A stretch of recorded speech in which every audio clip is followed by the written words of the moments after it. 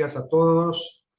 Sí, vamos a referirnos a la deducibilidad en el impuesto a las ganancias de los intereses de deudas de los sujetos empresas fundamentalmente, y en particular al criterio de la Corte que recientemente conocimos respecto del principio de la universalidad del pasivo.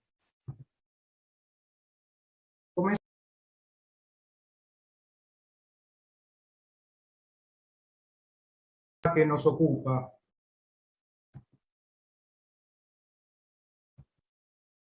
La ley del impuesto a las ganancias se refiere como principio general a la deducibilidad de los gastos en los artículos 23 y 83 de la ley.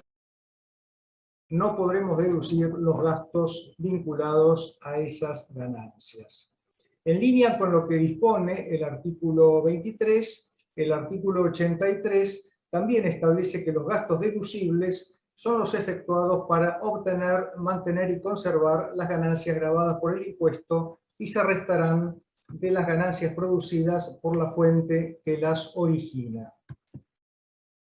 Cuando los gastos se realizan con el objeto de obtener, mantener y conservar ganancias gravadas y no gravadas, corresponderá efectuar un prorrateo en función de las ganancias brutas, gravadas, no gravadas y exentas. ¿Sí? Es el prorrateo al que hace referencia el artículo 83 de la Ley del Impuesto a las Ganancias. Puntualmente, el artículo 85 es el que se refiere a las deducciones admitidas por la ley del impuesto. El inciso A del artículo 85 se refiere específicamente a la deducción de los gastos financieros.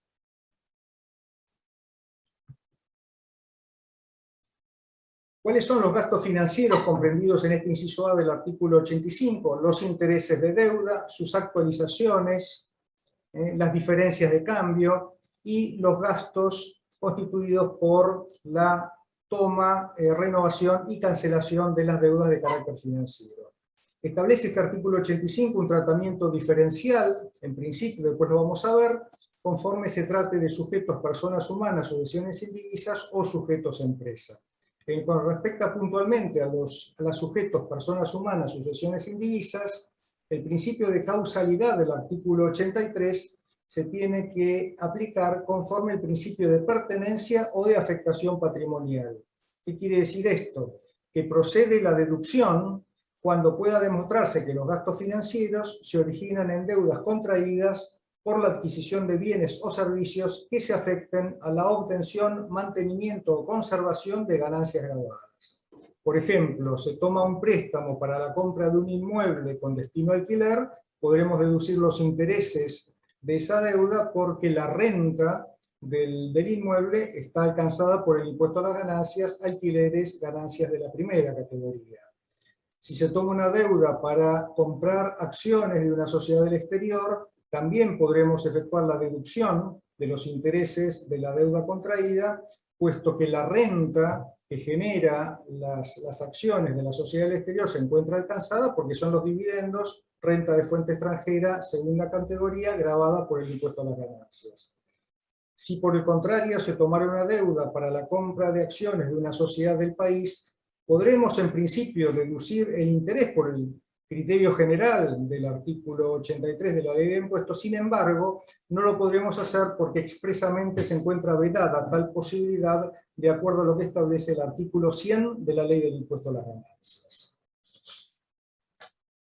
En lo que respecta puntualmente a los sujetos empresa, beneficios de la tercera categoría comprendidos en el artículo 53 de la Ley del Impuesto, se admite la deducción de los intereses de deuda de carácter financiero con limitaciones si las partes se encuentran vinculadas en los términos del artículo 18 de la Ley del Impuesto a las Ganancias. Recordemos que el acreedor que se encuentra vinculado al deudor de acuerdo al artículo 18 de la Ley del Impuesto a las Ganancias puede ser del país o puede ser del exterior.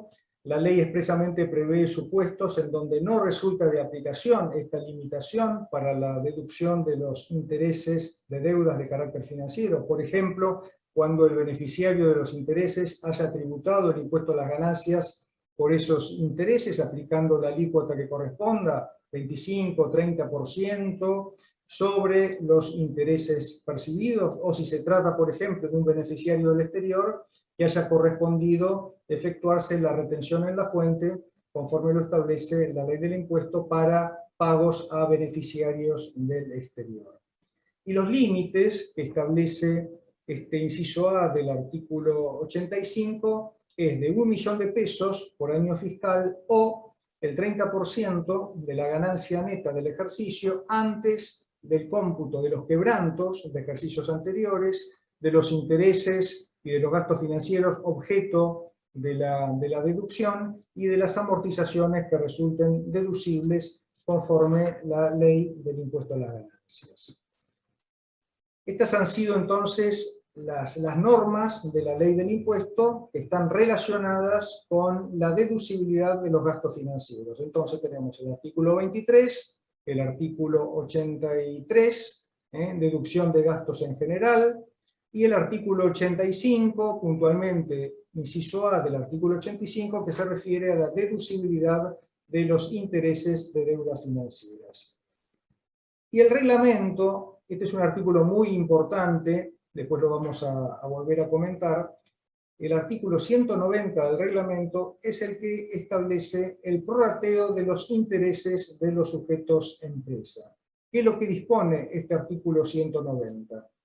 En los casos de los sujetos comprendidos en los distintos incisos del artículo 53 de la ley, reitero, tercera categoría, beneficios de las empresas en general, la deducción prevista en el inciso A del artículo 85 del mismo texto legal, esto es intereses de deuda de carácter financiero, cuando los sujetos posean distintos bienes y parte de estos produzcan ganancias exentas o no gravadas, se deducirá del conjunto de los beneficios sujetos al gravamen la proporción de intereses que corresponda a la ganancia gravada con respecto al total de la ganancia, gravada, exenta y no gravada. A los efectos de determinar esta proporción, no se computará la ganancia de fuente extranjera. Este artículo 190, en realidad, lo que está haciendo es expresando la aplicación de lo que se conoce como principio de universalidad del pasivo. Principio por el cual, por la fungibilidad del dinero, el total del activo es financiado por capital propio o por endeudamiento con terceros. No puede establecerse una correlación entre cada activo y cada pasivo o eventualmente capital propio. Reitero, el total del activo es financiado por el total del pasivo y eventualmente por capital propio, ¿sí? Por otra parte, los intereses que deben pagarse por las deudas contraídas terminan pagándose con las ganancias que generan los activos, que son los que posibilitan que la empresa desarrolle su actividad y genere ganancias gravadas o no gravadas que eventualmente permitirán pagar en tiempo y forma los intereses que corresponda abonarse. Otro aspecto importante que tenemos que tener en cuenta es el criterio de la dirección respecto de la deducibilidad de los intereses contraídos para la compra de acciones de sociedades del país. Recordemos que el artículo 68, antes 64, de la Ley del Impuesto a las Ganancias, establece que los dividendos no son computables, consecuentemente no se consideran en la materia imponible del impuesto a las ganancias. ¿Y por qué no son computables? Simplemente porque la sociedad que distribuye los dividendos ya pagó el impuesto. Si grabáramos nuevamente el dividendo, estaríamos pagando dos veces por la misma renta. Por eso es que la dirección interpreta que los intereses de deudas contraídas para la compra de acciones no resultan deducibles en el impuesto porque la renta de las acciones son no computables en el impuesto a las ganancias.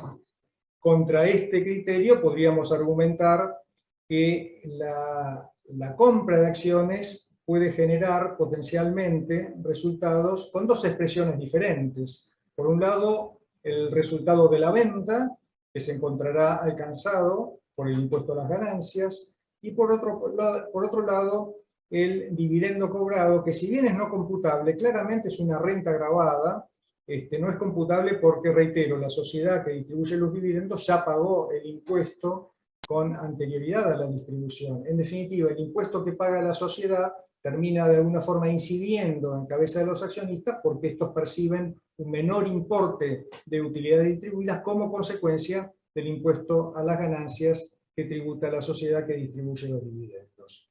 Pero más allá de esta cuestión, que es importante tenerla en cuenta por el caso que vamos a plantear, hemos conocido recientemente un pronunciamiento de la Corte muy importante en la causa Inc. Sociedad Anónima, del 15 de julio del 2021. Veamos cuáles son las particularidades del caso. La dirección ajustó el impuesto a las ganancias de la empresa Inc. Sociedad Anónima, antes Supermercados Norte, en los años 98 a 2001, con más intereses y multa. Aplicó una multa del artículo 45 de la Ley de Procedimiento Tributario, multa por omisión, por deducción indebida, según la Administración Tributaria, de intereses de obligaciones negociables que habían sido emitidas conforme la Ley 23.576. En realidad, lo que hizo la dirección fue determinar impuesto a las ganancias por los años 98 y 99, aplicó multa por el ejercicio 99 y ajustó quebrantos por los periodos fiscales 2000 y 2001. La resolución determinativa de oficio por este ajuste que estamos comentando es del año 2004. Fíjense, han pasado 17 años para que concluya esta controversia con el fallo de la Corte que estamos comentando.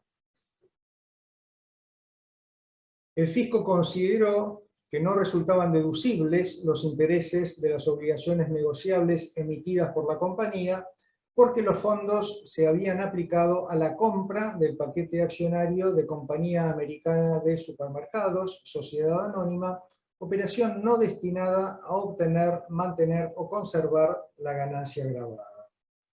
La compra de las acciones se había efectuado en el mes de noviembre del año 1996.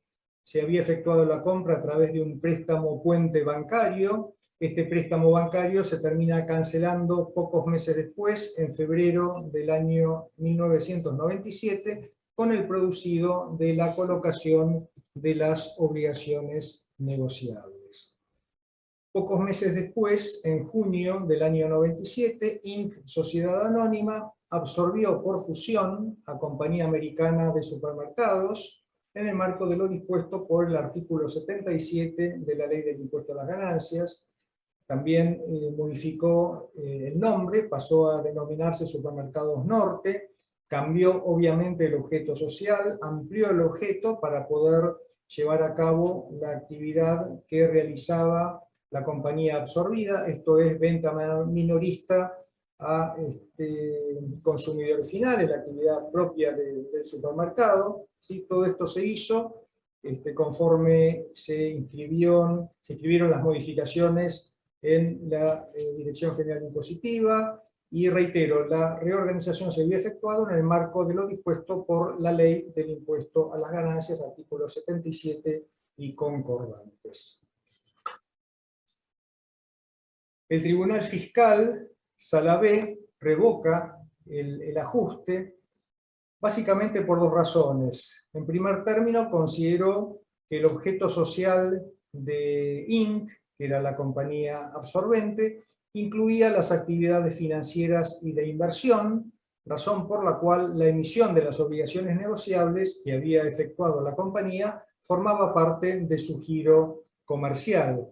Y la segunda razón por la que termina el Tribunal Fiscal revocando el ajuste del fisco es por lo establecido en el artículo 37 de la Ley 23.576 de obligaciones negociables. Este artículo 37 establece de manera incondicionada, conforme lo sostuvo el Tribunal Fiscal de la Nación, que pueden deducirse la totalidad de los intereses generados por la emisión de las obligaciones negociables, puesto que en definitiva lo que establece este artículo 37 es un régimen tributario especial que debe prevalecer por sobre las disposiciones de la Ley del Impuesto a las Ganancias. La Sala 5 de la Cámara Nacional de Apelaciones en lo Contencioso Administrativo Federal termina confirmando el fallo del Tribunal Fiscal de la Nación. A fines del año 2014 se conoce el dictamen de la Procuradora Fiscal. La doctora Laura Monti comparte los fundamentos esgrimidos por el Tribunal Fiscal y por la Cámara para rechazar la pretensión fiscal. Consideró la Procuradora que se trató de una operación comercial llevada a cabo por la empresa dentro de su objeto societario, y también llega a la misma conclusión por la prevalencia por sobre la ley del impuesto a las ganancias de la norma especial que establece el tratamiento impositivo aplicable previsto en el artículo 37 de la ley 23.576. En particular, el beneficio fiscal que prevé el segundo párrafo del artículo 37 de la ley, que está referido a la deducibilidad de la totalidad de los intereses devengados por la colocación de obligaciones negociables que cuenten con autorización de la Comisión Nacional de Valores para su oferta pública, que es lo que había ocurrido en el caso particular de Inc. Sociedad Anónima.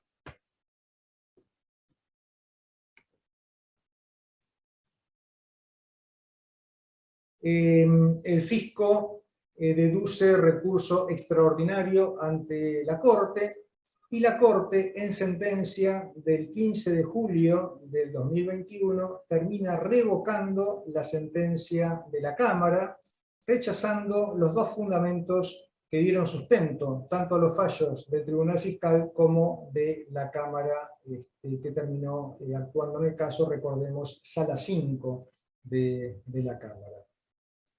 Concretamente, la Corte sostuvo que no resultaba aplicable el tratamiento impositivo especial de la Ley 23.576, básicamente porque el destino de los fondos obtenidos mediante el mecanismo de financiación allí contemplado se apartaba de los fines tenidos en cuenta por el legislador al momento de su sanción. Sostuvo la Corte que los fondos debían aplicarse exclusivamente al financiamiento de actividades productivas por parte de la empresa que emitía las obligaciones negociables, propósito que surge del informe de las comisiones intervinientes de la Cámara de Diputados, esto es la Comisión de Finanzas, la Comisión de Legislación General, de Presupuesto y de Hacienda, y también del debate parlamentario.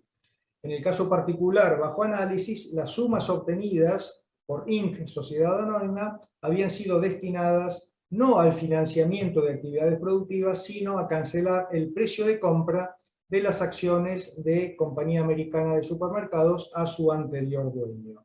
Por esta razón, la Corte considera que no resultaba de aplicación el tratamiento impositivo especial que expresamente contemplaba el artículo 37 de la Ley 23.576. Pero además, yo diría lo más importante de este antecedente que estamos comentando, es que la Corte consideró que no resultaba de aplicación el principio de universalidad del pasivo.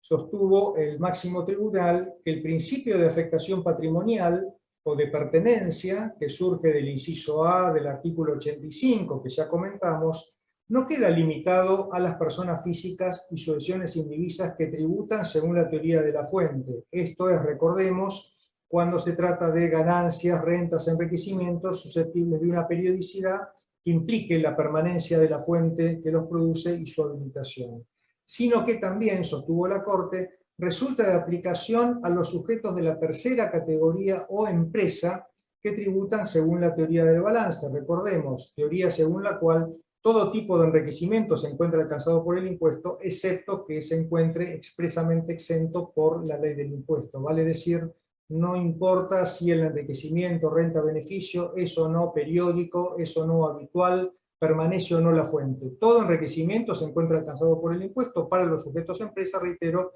excepto que haya una exención que expresamente los exima del tributo. En consecuencia, para la Corte resulta de aplicación, tanto para personas físicas como para sujetos a empresa, el principio de afectación patrimonial o de pertenencia que contempla expresamente el inciso A del artículo 85 para personas físicas y sucesiones indivisas. Agrega la Corte, y esto sí es importante, porque en definitiva hace al mensaje que trasunta este decisorio, que las empresas, en consecuencia, no se encuentran autorizadas para deducir sus gastos en forma promiscua, según lo propone la tesis de la universalidad del pasivo. Y aquí me permito disentir con la opinión de la Corte, porque en ningún lado del fallo se analiza el artículo 190 de la reglamentación del gravamen, que justamente es el que de alguna forma representa o expresa la aplicación del principio de universalidad del pasivo para los sujetos a empresa. Y si nosotros aplicamos el artículo que nosotros estamos comentando. Ahora, ¿por qué la Corte llega a esta interpretación de que no resulta de aplicación el principio de universalidad del pasivo para los sujetos a empresa? Y esto es en función del mensaje de elevación del proyecto de ley que había efectuado el Poder Ejecutivo al Congreso cuando remite el proyecto de ley que luego se convierte en ley, la Ley 23260 del año 85, que fue la que introdujo esta norma del principio de afectación patrimonial al inciso A del artículo 85, hoy inciso A del artículo 85. ¿Por qué? Porque el Poder Ejecutivo sostuvo que la incorporación expresa del principio de afectación patrimonial quedó circunscripto a los contribuyentes del impuesto personal, vale decir, personas físicas en su momento, sucesiones indivisas, porque las normas del impuesto entonces vigente no exigían la relación de causalidad con las rentas gravadas para la deducción de los intereses de deuda. Ello representaba, a criterio del Poder Ejecutivo, una suerte de liberalidad, una verdadera desgravación que constituía una excesiva liberalidad que no tenía ningún tipo de justificación técnica. Por eso es que propuso modificar la ley para restringir esa posibilidad. Básicamente, el propósito del proyecto de ley fue hacer explícita respecto de las personas físicas y sucesiones indivisas la aplicación de la relación de causalidad que surge del artículo 80 y 83 como regla general para que sea admisible la deducción de intereses, estableciendo específicamente para tales sujetos la aplicación del principio de afectación patrimonial. Pero reitero, en mi opinión, para los sujetos empresas, la relación de causalidad del artículo 80 y 83 se expresa a partir de la aplicación de lo que establece el artículo 190 del decreto reglamentario, que es el que de alguna forma toma el principio de universalidad del pasivo y establece que los intereses deben prorratearse en la medida que existan ganancias exentas no gravadas respecto de su relación con el total de la ganancia. Por eso la Corte termina sosteniendo que no tiene sustento afirmar que el inciso A del artículo 81 o 85 hubiera derogado o alterado el principio general de deducción mencionado en el artículo 80 o 83 para los sujetos de empresa.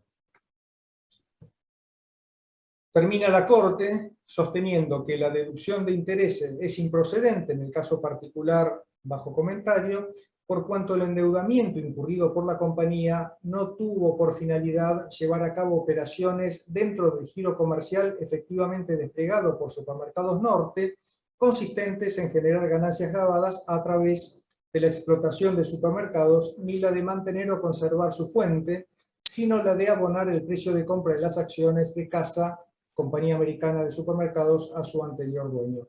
Fíjese también que tampoco la Corte analiza que los intereses que corresponden a deudas por compra de acciones no resultan computables en función de que los dividendos que generan las acciones adquiridas no son computables a los efectos del impuesto. Simplemente, en el caso particular bajo comentario, concluye que esos intereses no resultan deducibles, puesto que no se aplicaron a actividades que generaban ganancias gravadas a través de la explotación de supermercados. Con lo cual, pareciera que queda abierta para que vuelva a analizarse cuál es el tratamiento de los intereses vinculados con la compra de acciones y fundamentalmente si el criterio de no computabilidad de los dividendos debe ser similar o no al de una ganancia exenta en el impuesto a efectos de admitir o no la deducción de tales intereses. Termino entonces con con este tema. Es muy importante este antecedente porque en definitiva la Corte termina sosteniendo que no resulta de aplicación para las empresas el principio de universalidad del pasivo, por lo tanto no resulta de aplicación el artículo 190 de su decreto reglamentario. Podemos compartir o no este criterio, como ya lo hemos planteado. De todas maneras es importante sí que conozcamos este pronunciamiento, porque bueno, debemos eventualmente tenerlo en cuenta para las liquidaciones de impuestos a las ganancias que debamos realizar, fundamentalmente cuando existan este tipo de operaciones que son muy comunes en las empresas. Bueno, nada más, Humberto, muchas gracias.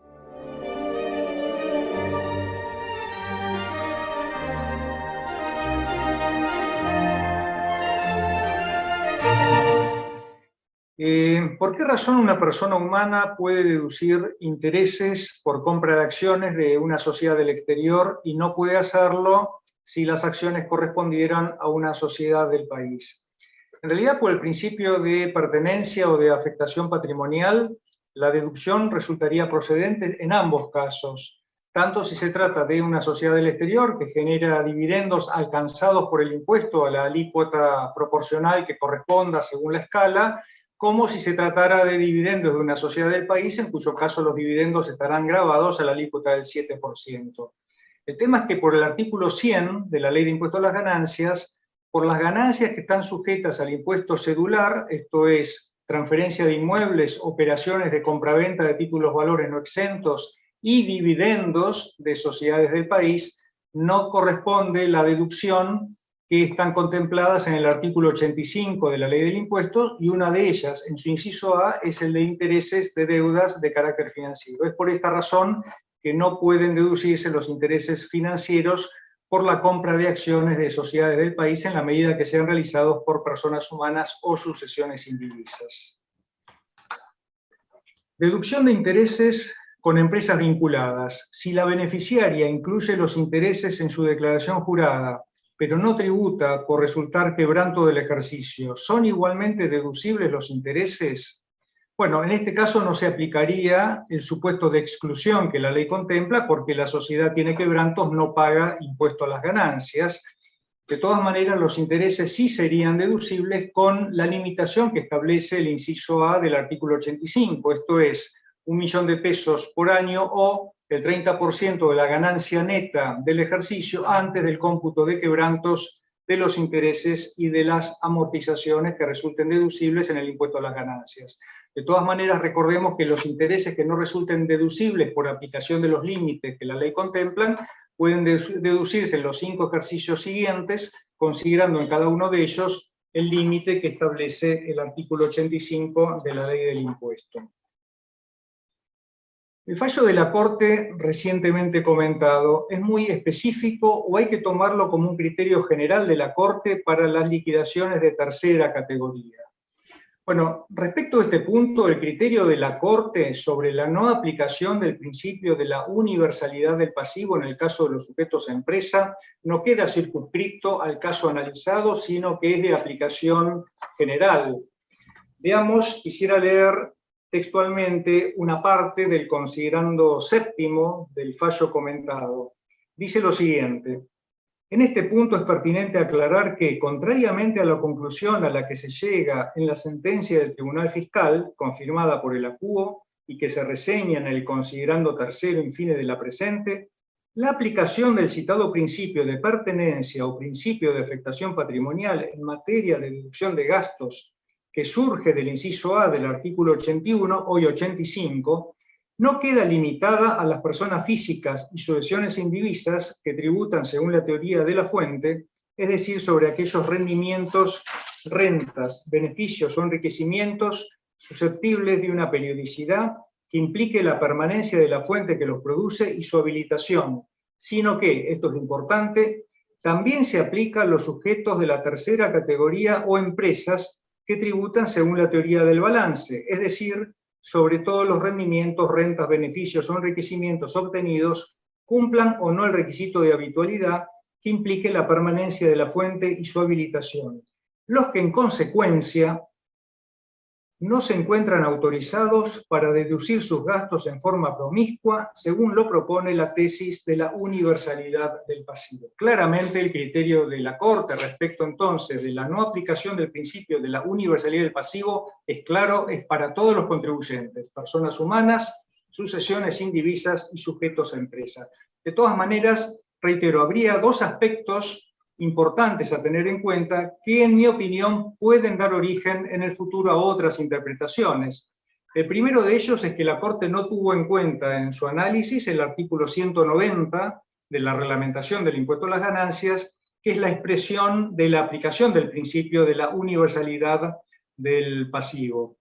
Por este principio no existe una deducción promiscua de los gastos o intereses. ¿Por qué? Porque en caso de existir ingresos exentos, ingresos no gravados, hay que hacer un prorrateo de los intereses en función de la relación entre la ganancia gravada y el total de la ganancia gravada, no gravada y exenta.